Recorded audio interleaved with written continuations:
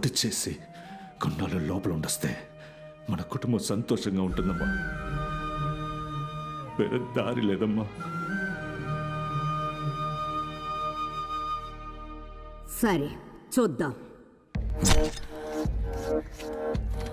మూసున్న బర్లో కావాలని రెచ్చగొట్టి గొడవ చేశాడు. ఎవరు ఏంటో అడగకుండా అందరినీ చితకబాది వేలు నరికేశాడు. పోలీసులందరూ వాడికి సపోర్టు. అయినా రవిని అరెస్ట్ చేశారంటే ఎక్కడో తేడాగా ఉంది. మాణిక్యం వేలు నరుగుతాం అన్నది వాళ్ళకి ఎలాగో తెలిసింది లింగం. ఇక వాడి ఊరికెళ్ళి మనం ఊపిరి వదిలినా కూడా వాడు పసిగట్టేస్తాడు. మంగళ ఒక సబ్జెక్ట్ నుంచి ఎప్పుడొస్తుంది? ఏంటి విజయ్? నేను నిర్ణయం తీసుకున్నాను నా లైఫ్కి సంబంధించి. నీ లైఫ్ అంటే అది నా లైఫ్ కూడా. చెప్పు.